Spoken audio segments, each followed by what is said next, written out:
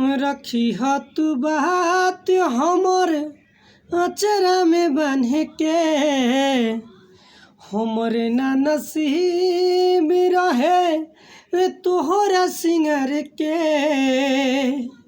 हो रखी ह तू बात हमरे अचरा में बन्ह के, हमरे ना नसीब रहे तोहरा सिंगार के।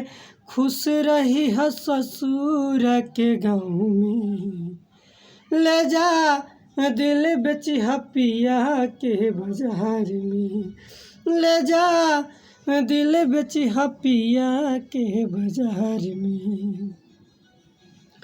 हो हमर ना कसूर बाटे किस्मत के खेला,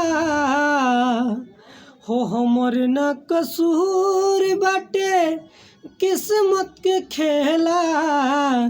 विधि ना हो रच के भेजले जिंदगिया के मेला, हो हमर ना कसूर बाटे किस्मत के खेला। विधि ना हो रच के भेजले जिंदगिया के मेला। घेरल बानी तोहरा उपकार में, ले जा दिल बेची ह पिया के बाजार में, ले जा दिल बेची ह पिया के बाजार में।